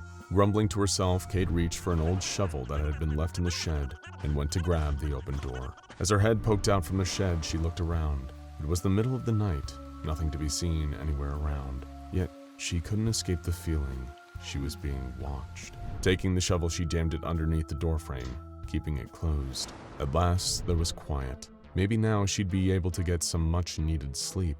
And she did, but that's when the nightmare started. The dream was bizarre, unlike anything Kate had ever experienced before. She instantly recognized the warm, flickering orange glow of a large fire before her. Naturally, she started to pace her way towards it, the fire's heat washing over her the closer she got. But as she approached, Kate noticed something moving amongst the flames. Arms flailed, trying desperately to extinguish the blaze, legs kicking and writhing, and that was on top of the screaming. Another figure was standing facing the bonfire, their back to Kate as she walked closer still. With every step, the sounds of insects buzzing could be heard getting louder and louder. But it wasn't until she stepped near enough that she saw where the noise was coming from. A swarm of bugs was darting through the air, hovering around the other figure. There were enough of the insects that they formed what looked like a cloak, every part of it moving and buzzing of its own accord. The whole nightmare was so vivid, Kate had no idea if it had been brought on by her exhaustion or that her mind was still fixated on the bones she'd found in the woodshed. Dehydration, lack of food, or even some other influence. It could have been any one of those factors that had caused her to dream a dream like this, or a combination of all of them. Nonetheless, she could feel the bugs tapping at her skin as she walked up to the other figure, still unable to see them clearly. The noise of insect wings whizzed past her ears louder than ever, loud enough to be real. Putting a hand on the figure's shoulder, Kate turned them around. It was a woman, or what was left of her. She had huge gaping wounds left by something that had been cruelly buried in her face. Yet somehow, she was still standing, dead but also alive at the same time. The swarm of bugs around her moved with her body as she turned and faced Kate, a pair of glassy eyes staring at her. They were both blank, completely empty, each one missing its pupil. Opening her mouth, the woman let out a piercing, blood-curdling shriek.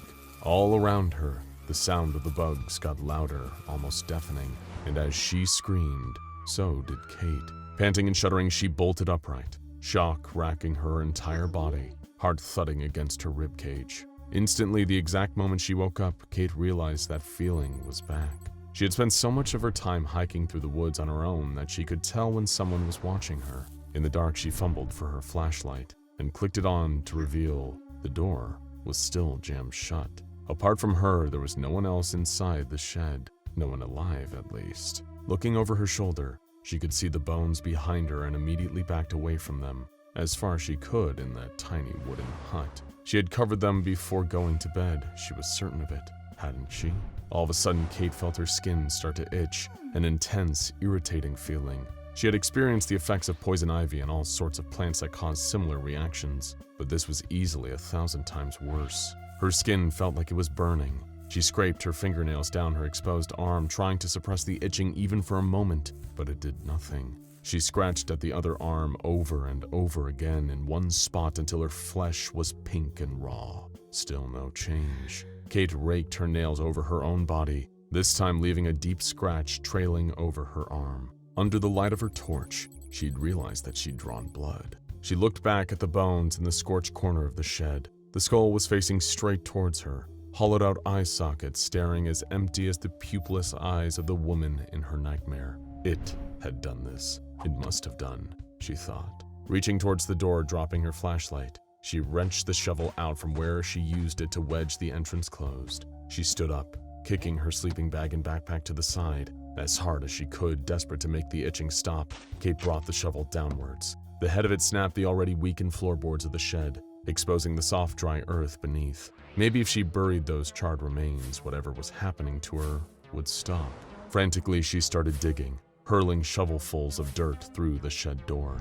It listed further open, creaking loudly on its rusted hinges again, causing Kate to turn, startled at the sound of it knocking against the outer wall of the shed. Someone was looking right at her. She could feel it as real and as persistent as the itching feeling that crawled over her skin like the tiny legs of an army of insects. She dug further, eventually throwing the shovel to one side and dragging her hands through the exposed earth below, desperately burrowing through and only stopping to use any rock she found to try and stop the itch. All she achieved was drawing more blood. Her fingers touched something soft but solid, and Kate brushed away to clear more of the excess dirt, trying to uncover whatever it was. It felt like a long mass just beneath the ground, with a second similar object parallel to it. But the further along with it she reached, the quicker she realized what it was. A leg. Clearing more of the dirt higher up, Kate could feel more. A stomach, ribs, shoulders, and a head. Reaching for her flashlight buried under some of the dirt that had been dug up, she pointed it at the thing she'd found. The woman. The same one from her nightmare. Something inside her chest moved, scratching sharply, causing Kate to cough. And once she started, she couldn't stop. It was like the itching she'd felt on the outside had now worked its way inside, and it was spreading. No, moving. In fact, not just moving, but crawling. Through her lungs, burrowing down into her stomach, and at the same time, upwards. The clawing of tiny legs digging their way up her windpipe, blocking it. Kate couldn't breathe. She dropped to her knees, retching as she struggled for air, sputtering as she felt something move at the back of her throat. That was when she heard the buzzing again.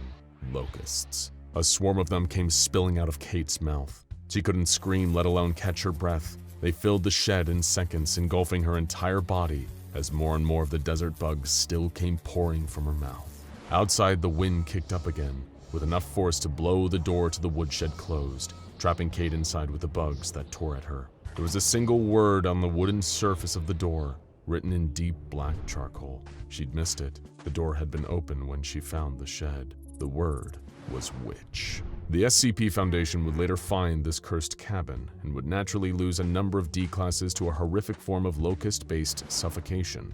While there are clues as to what exactly is going on in this terrible place, from the malice of a long-dead sorceress to the lingering revenge of a woman wrongfully persecuted, definite answers as to the anomalous mechanisms of the shed known as SCP-4595 still elude even the Foundation's finest minds. It's a place so mysterious and dangerous that the special containment procedures read, "For safety purposes, no personnel are permitted to enter SCP-4595. SCP-4595 should only be entered by authorized testing personnel under the supervision of the SCP-4595 Research Lead. Under no circumstances is SCP-4595-A to be disturbed in any way." So perhaps we'll never truly know why a humble wooden shed in Jasper, Indiana causes such horrifying effects for its victims. The SCP Foundation thinks it's safer to just lock it away and forget about it, letting its ancient wood and old bones rot in the dark. But if you are really curious about the truth, you can always take a walk down the side of the Patoka River and pay the witch a visit. If you're lucky, you might even get to leave. Diego had only just found his footing when it gave out underneath him again. Crashing to the ground, he threw both arms over his head just in time to protect his skull from the rain of boulders that came down past him. They grazed his arms and jarred painfully against his muscles, but it was better than having them hit him in the head. Without a moment to spare, Diego got straight up to his feet and continued running back down the trail he had been trying to follow. The ground shifted and lurched in all directions under him, threatening to throw off his balance at any moment. Having lived in Chile his whole life, he had gotten used to earthquakes, but he had never been in the center of one like this. The problem was that the trail he had been following to get up here was disappearing fast as the dust swirled into the air and boulders landing all around him. He just had to keep running in this direction and hope for the best. There weren't any other options. But suddenly, he found himself running uphill. Stumbling forwards, Diego tried desperately to get his bearings. He had spent the previous 3 hours hiking up the mountains, so how was it that now that he had turned around and gone back, he was still going uphill? It was almost as if the ground was changing shape beneath him as he ran. Dust filled his lungs as he tried to wipe it away from his burning eyes. Yes, the ground was definitely going uphill, but it felt almost as if it was lifting itself up beneath him, as if some tectonic plates were grinding together, creating a new mountain beneath his feet. Diego lurched unsteadily and grabbed the nearest rock to keep his balance, feeling the ground lifting higher and higher beneath him. Then, all of a sudden, the cloud of dust broke, and he was in fresh air rising ever higher into the sky. The Andes Mountains stabbed out of the clouds all around him, cutting beautiful shapes across the horizon. He felt his own mountain steadily growing taller than any of them. He dropped down on all floors and clutched at the ground in terror as he tried his best to take in the shape of what he was now standing upon. How far would you go to prevent a cosmic-level disaster? It's one thing to save your friends and family from an armed murderer. It's another thing to fight for your country in a world war. We can even just about imagine what it means to fight for our planet, to save our species from climate change, to save our world from a meteorite. But what would a cosmic disaster look like? A calamity so broad in scale that it surpasses our ability to even perceive the threat. We could point our most advanced telescope into deep space and look straight down the middle of it and never know it was even there.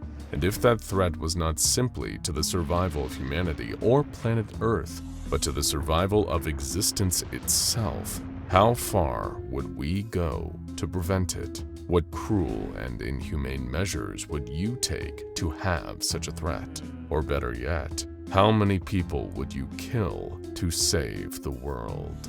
This debate is raging right now as you sit here and watch this video. Not among the Foundation, but between two SCPs so grand in scale and so advanced in nature that the Foundation has no option but to sit and listen as the pair debate what to do with the human race. SCP-4568-1 was not difficult to discover once it started moving. In fact, it was almost impossible to ignore. Earthquakes have been tearing across South America for centuries, destroying homes, taking the lives of innocent people, and fundamentally changing the shape of our planet itself. What most people do not realize, however, is that the fault line running through the Andes mountain range has actually largely been dormant during this period. The source of the earthquakes has come from something far more mysterious. Our innocent hiker, Diego, had been spending the week walking among the Andes when the earthquake struck. You would be forgiven for assuming, as Diego did, that the ground rising beneath his feet was a new mountain forming as the tectonic plates clashed together. But the staggering reality of the situation was that he found himself hiking along the back of SCP-4568-1.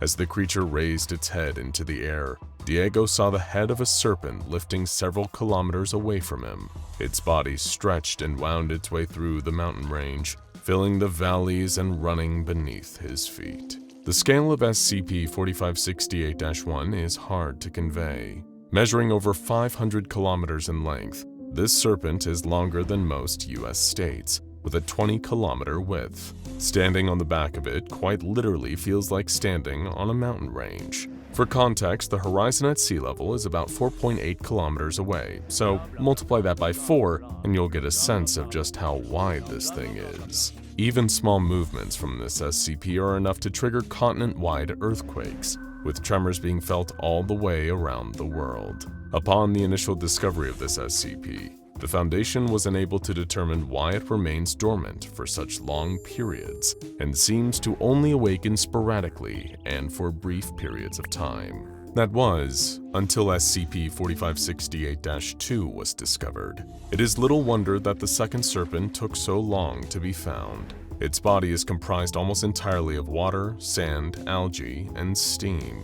It does not show up on sonar scans and is incredibly difficult to detect in the water, even visually. Its form is loosely defined whilst dormant, with broadly similar measurements to SCP-4568-1. This serpent roams the South Pacific Ocean. Any marine creatures that swim into the SCP's body find themselves undergoing beneficial mutations. Crabs grow extra pinchers, bottom feeders grow larger mouths, and sharks find themselves developing heightened senses and even extra hearts. These marine animals seem to undergo virtually no distress and are free to exit and re-enter the SCP's body at any point. Initially, SCP-4568-2 was believed to be the peaceful one of the pair.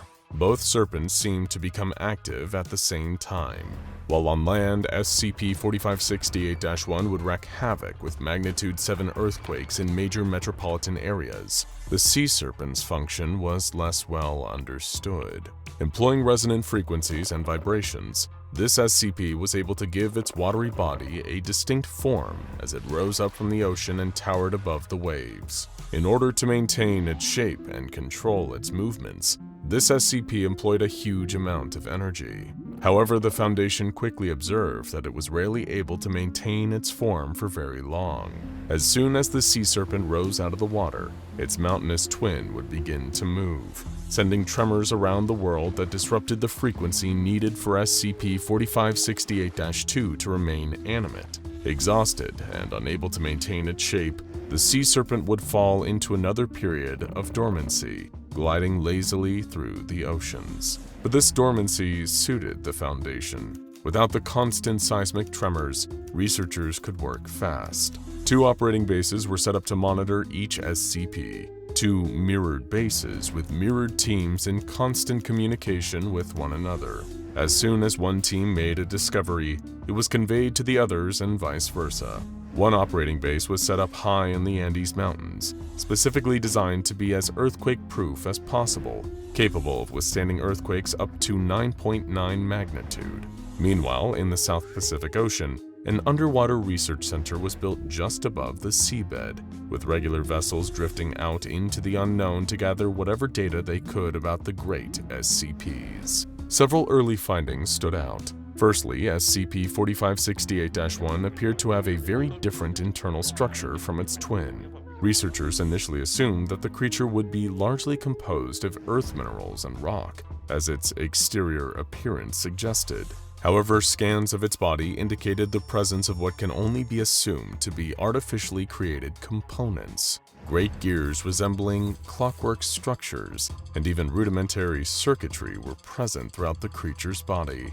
The function or origin of these gears has yet to be determined, especially as there is no evident way that their movement corresponds to the autonomy and movement of the serpent itself. The far more striking discovery, however, came when the SCP Foundation discovered a way to communicate with the 2 beasts. Ultra-low frequency waves capable of traveling vast distances, even light years, were discovered to be emitted from the 2 serpents' heads at intermittent periods. The Foundation had to develop some of the largest antennae ever created to pick up these frequencies and interpret the data coming through them. What they found were 2 twins locked in a fierce debate about the fate of humanity and the universe itself. It was only then that the motivations of these 2 serpents started to make sense. In 2010, almost as soon as the Foundation was able to tap into the frequency, they were contacted directly by SCP-4568-1. Foundation, I know that you can hear me. I will not apologize for my actions. I know that I am the reason that millions of your kind face their demise. I know your pain, and I feel it too, but I shall never apologize for it.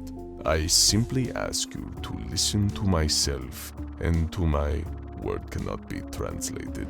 You are curious, you can be patient.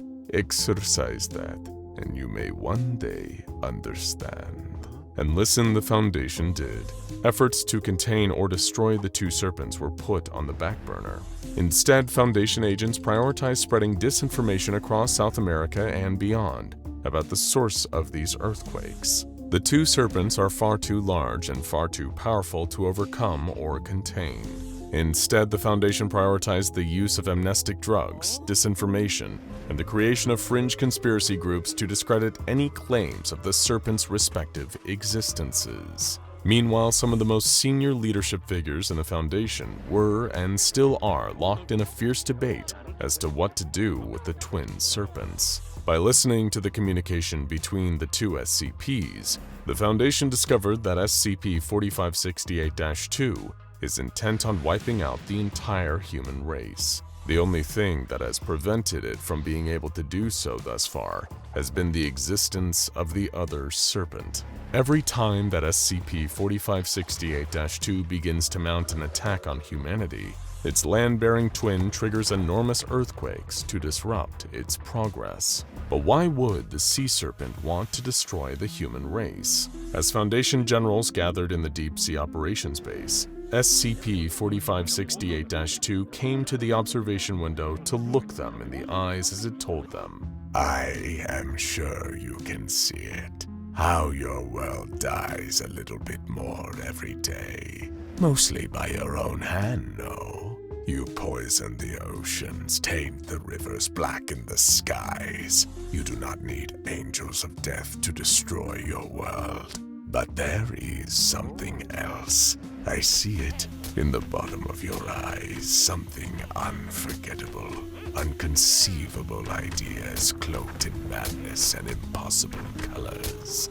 Do you think I will let you drag the rest of the world down with yourselves? Do you think I will leave this world, my world, to die in flames? It sees your world, and it comes in fives. Since this revelation, the Foundation has poured countless hours and resources into trying to identify a cosmic threat.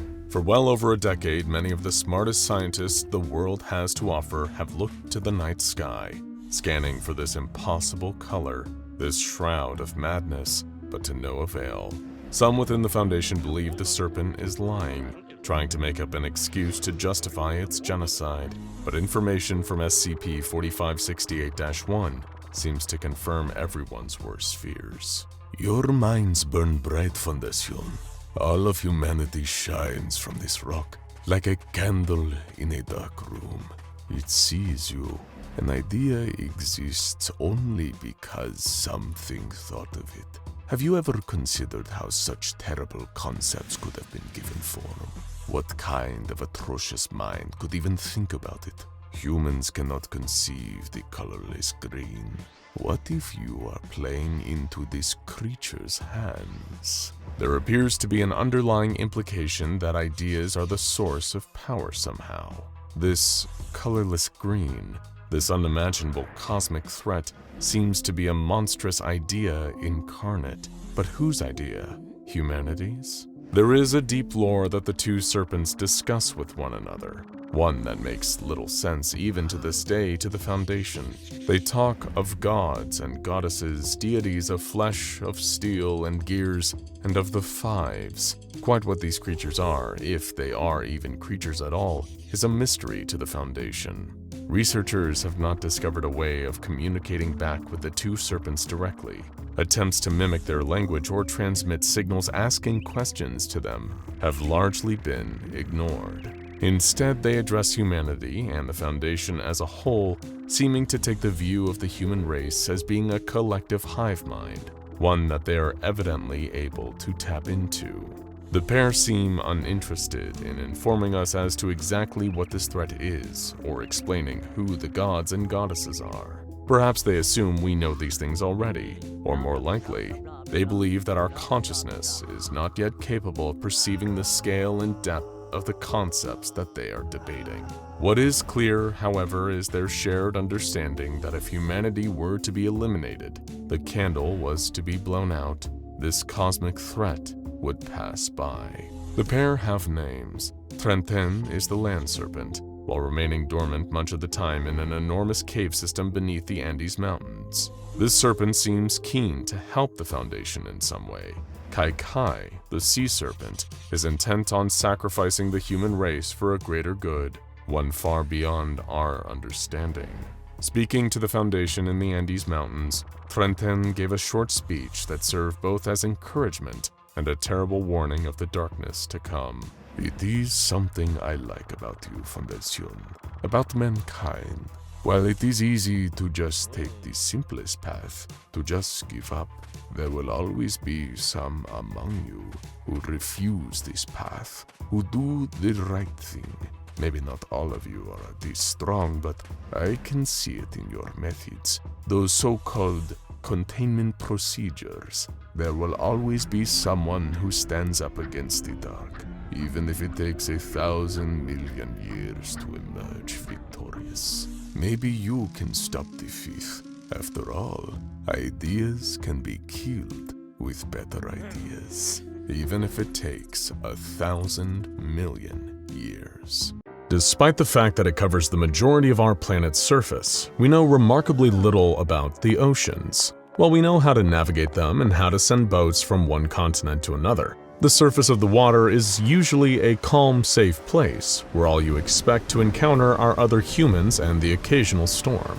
What's below the surface is another story. Scientists estimate that we've only explored maybe 5% of the world's oceans and what lies in them. On top of that, they estimate that we've only encountered and cataloged 10% of marine life. That means that 95% of the ocean is unexplored and untouched by humans, and that 90% of the ocean species have never even been seen by humans. It makes you think, just what kind of stuff is down there? It could be anything. Even mundane ocean life can be deeply strange and bizarre. There are sharks that live for over 300 years, blind fish that only hunt by smell, jellyfish that are reborn whenever they die. If normal ocean life is this terrifying and explanation-defying, what kinds of anomalies could the oceans we swim and fish in be playing host to? One such anomaly is SCP-835. But before we get started, SCP-835 is an old file. It's one of the earliest in the Foundation's database, in fact. Like many of the Foundation's earliest documents, it's been heavily redacted and expunged, to the point where large blocks of the text are missing, not to mention the fact that it's been locked behind a content filter. But SCP-835 is unique not because it's been expunged and redacted, but because it's had them lifted. Versions of the file and its addendum that are cleared of the redactions have been declassified and released by order of 05-11 to all viewers. For some reason, whatever was so secret about this file no longer applies. But before we take a look at the declassified documentation, let's look at the old version to get an idea of what exactly we're dealing with here. The attached image for SCP-835 is, to put it simply, gross. It's what appears to be some kind of bone or muscular growth underwater, a bit like coral, but much more organic and flesh-like in shape. The growth is mostly white and brown, but large sections are grown over with what looks like some kind of black mold spores. It's large too, almost the size of a person's chest, and seems to continue out of frame. The caption is simply, "Still image from recording 81. It's not even clear if this growth, whatever it is SCP-835 or not. Continuing on to the file, the object class is Keter, and the special containment procedures are lengthier than most articles and very detailed. They explain that SCP-835 must constantly be monitored and checked to see if it's growing or expanding. In the event that it becomes hostile to Foundation personnel, something known only as Suppression Tactic A-A6 is to be activated until it ceases any hostile action. The anomaly has to be contained in the open ocean rather than moved to a water tank or such, because of the highly aggressive response of SCP-835 to confinement for any length of time. So whatever it is, it's alive. It's expanding and growing, and seems capable of knowing when it's being placed into containment and responding angrily. It's not only sentient, it's intelligent and aware. They go on to say that SCP-835's waste has to be immediately collected and contained, and that it is to be fed 2 times every day, though what exactly is going to be fed to it is redacted in this version of the file. It can also be moved to a new location up to 2 times a year, but only if the current location can't support it anymore, and if the move has been approved by the site directors. On top of that, personnel have to stay away from SCP-835, at least 15 feet. They also need to have safety harnesses attached to winches on the boat. If anyone so much as touches SCP-835, all of the winches will activate and rapidly yank all the divers back to the boat. From there, suppression tactic A-A6 is again instituted. But there is another line. If a staff member touches SCP-835 and is captured by it, then the anomaly is to be monitored around the clock until the subject has been released. Very ominous containment procedures. This predator, if it is a predator, has a penchant for consuming people and needs to be avoided at all costs. But if someone is caught, it releases them after a while. The description of the document clears some things up. SCP-835 is a mass of polyps, or tissue growths, that resemble coral. It's huge and heavy, though its full weight is again redacted, and the individual polyps are also huge, over 1 meter long, much longer than any known coral species. The central mass is oval and has a huge 3-meter-long polyp on each side of it, but can't move or budge because of its huge weight. Instead, it uses huge tentacles extending from the polyps to dig into the ground and anchor it in place against the ocean currents. These are the same tentacles that are used for feeding and are covered in a sticky glue-like adhesive. They're not just long and strong either. Tests have recorded them damaging stainless steel plating. And speaking of plating, SCP-835 is covered in it. Not steel, but some kind of organic coral that's much harder than steel and couldn't be broken by even diamond drill bits. All the Foundation could get were small samples, and if that wasn't bad enough, the Foundation's positive that SCP-835 is growing, like the containment procedure suggested, and it's growing fast, up to 50 pounds in a single day if it's left uninterrupted. But it can't be stopped. It reacts to certain chemicals that make it close up like an oyster and stop growing for 24 hours at a time. Based on that, the Foundation's been able to develop and use a chemical cocktail to force it to halt, the aforementioned suppression tactic A-A6. However, the results of testing it have been redacted. In case the anomaly wasn't disgusting enough, it also vomits. That's right. Every couple of hours, it expels a large mass of some liquidy sludge material from both sides, so to speak. After sample testing, the scientists realized it really is vomit. Well, part of it. The substance is mostly semi-digested food, fecal material, and semen, but also contains live samples of biohazardous viruses, bacteria, and parasites. Some that the Foundation haven't even encountered before SCP-835. One of these bacteria, 835-I5, is a big problem for containing SCP-835. But exactly why that is unfortunately expunged from the file as well. Between the lethal witch's brew of dangerous diseases and the diamond hard shell that covers SCP-835's internal guts, it is nearly impossible to neutralize or even damage it. Even if you do crack the shell, the diseased fluid inside would leak out and infect you full of diseases in seconds. Wow, that's kind of crazy. Yeah, so SCP-835 is a really nasty customer.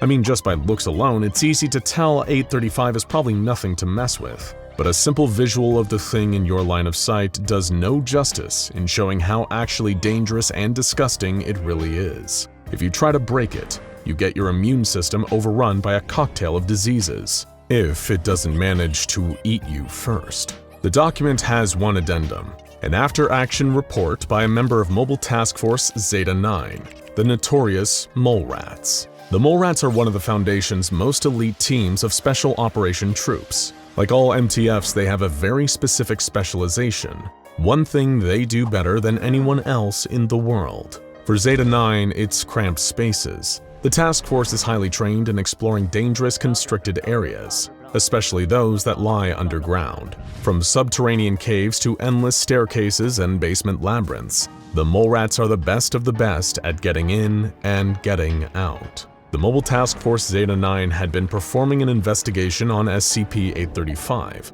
albeit when it was considerably smaller, only a meager 4 tons, and it hadn't formed a second big polyp yet.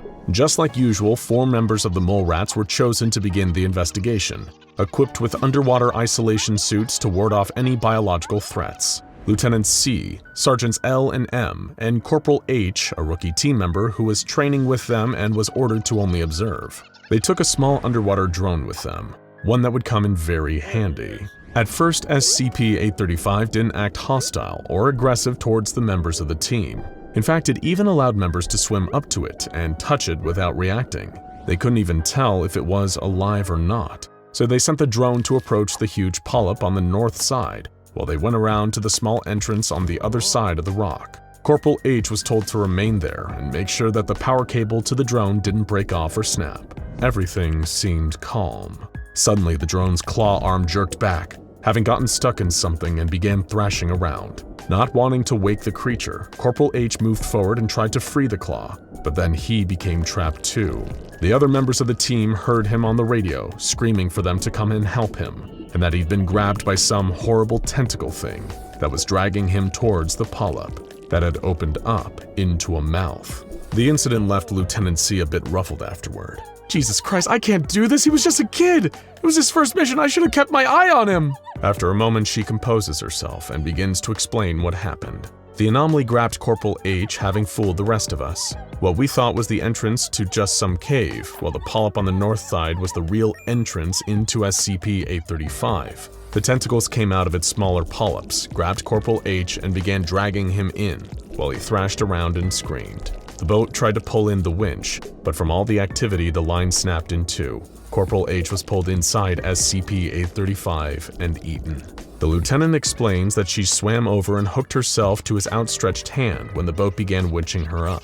She said just as she assured him that they're going to be fine and that she's not letting go, her line snapped, and they were both suddenly pulled inside. She breaks for a moment, before describing the inside as like a wet, pulsing tube, like how intestines look on colonoscopies. They were both steadily being pulled in by the muscle contractions, what doctors call peristalsis, the way your body moves food down your throat and through your intestines. The only reason they weren't dissolved or crushed was because of the isolation suits they were wearing, but they still couldn't move. Corporal H had vomited in his suit, but they were both alive. The lieutenant, thinking fast, figured out that if they were moving through its body, they would come out on the other end in 72 hours. They had air and water in the suits, but little battery, and if the heat went out, they would freeze to death. She quickly killed all of the lights and power in both of their suits to the minimum, except the helmet lights so they could make sure that the other was still alive. The pair stayed like that for a whole day, with absolutely nothing but the creature's digestion and their own breathing.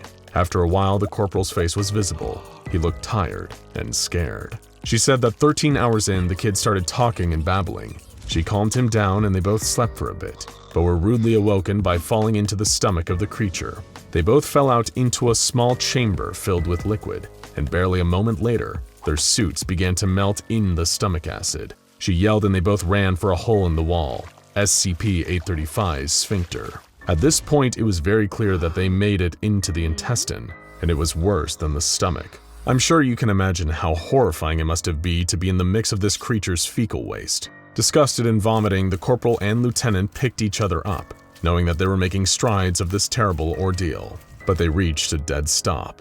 The creature's rectal hole was tightly shut, blocking their escape. They decided to wait, knowing that it would have to excrete eventually, and after an undeterminate amount of time, any time spent in something's intestines waiting to be pooped out is too much time. The lieutenant was shot out into the sea, but without the corporal. She is obviously angry, telling the agents to do something expunged before declaring she needs a drink and to sleep. What a horrifying story. But there are gaps. Let's take a look at the uncensored documentation for SCP-835. First, let's go back to the containment procedures. What SCP-835 is to be fed is explained, any kind of local fish, but higher-level mammals if it goes into a rage state, including humans. In fact, it seems to calm down when digesting higher mammals. Maybe it's developed a taste for human flesh. In any case, the feeding should never happen without heavy supervision. Next, the results of performing tests on the samples of SCP-835 the Foundation was able to get. SCP-835 is no normal coral. It seems to be made from what can only be described as basic human biological components. The hard outer shell is super dense calcium, like your bones, but hundreds of times harder. The polyps are covered with the same kind of enamel that you'd find on your teeth, and the fleshy muscle that the tentacles are made of is mostly mutated tongue cells. The creature seems to have most of the biological systems we have, but they've all degraded or mutated into almost unrecognizability, except the digestive and reproductive systems, which are highly advanced. 835-I5, the bacteria unique to the anomaly, is explained. It's how SCP-835 reproduces. When vertebrates are infected with it, they will undergo a variety of symptoms, gaining huge amounts of weight despite always being hungry for things that normally can't be eaten, like wood and raw meat. Their skin will harden and form polyps across its surface. Their biological systems will slowly stop working, and they'll become aggressive. And then they will drastically reduce in intelligence and motion, except for the desire to enter the sea. Sound familiar? That's right. Being infected by it turns the victim into another SCP-835 instance, with no way to cure it. And just like it seems, SCP-835 is still somewhat aware and intelligent. At one point, this thing was a normal human. Just in case that's not horrible enough, the after-action report has also been thoroughly declassified. Let's take another look to see the real full story of what happened to Lieutenant C and Corporal H inside SCP-835. The first reveals when Corporal H was being pulled into the polyp. He was screaming and crying, begging for help. "Oh God, it's eating me! I don't want to die!" Command tells Lieutenant C to abort the mission, but she refuses to leave one of her men behind, holding his hand while hooking them together. Then the line snapped, and they were pulled in. Just as they were escaping the stomach and right as she hit the sphincter, she realized the walls of the stomach were lined with human faces, screaming and wailing and begging to be killed. She pulled her weapon out and began firing into them, and she would have melted if Corporal H hadn't pushed her through. In the intestine, the corporal began to complain of a rancid smell. She checked and realized he had a breach in his suit, but quickly patched it, but it was too late. She looked at his face, and it was growing pustules already. They burst, spraying blood, and he begged to be put out of his misery. But when the lieutenant shot her gun at him, all it produced were empty clicks. She had wasted all the ammo on the crying stomach faces. Suddenly, tentacles burst through the corporal's faceplate and simultaneously pinned the lieutenant down. She managed to flip what had been the corporal over and wrestle with what was left of him before the sphincter into the stomach, where his body began to melt in the acid. But before it did, she saw the corporal's face, smiling, and said he loved her before he died. Then she felt a burst of energy and was shot through the exit. With a troubled gleam in her eyes, she stands there telling her story to the agent. She takes a second to gain some strength and then says, "I didn't make it out intact. My suit was breached, and I didn't even realize until I took it off and saw the rash on my skin." Realizing she's going to die, she suddenly puts the room she's in on lockdown and orders the debriefing agent to evacuate everyone else aboard immediately. Just before she kills the feed, she makes one request, that the Foundation not try to decontaminate the small boat, just to abandon ship and scuttle it on top of SCP-835, on top of the corporal. That way they can be together in some kind of sick resting place. SCP-835 is the horrible tale of things that can go wrong at the Foundation, and two people doing their best in a brutal situation. But with the modern containment protocols and ensuring people know what happened to the pair, the Foundation can ensure no one ends up like the lieutenant and the corporal again. Now go watch SCP-3000 Anatashisha and SCP-057-IT Under the Sea for more SCP-explained videos about mysterious anomalies that can be found lurking beneath the waves. Surf's up.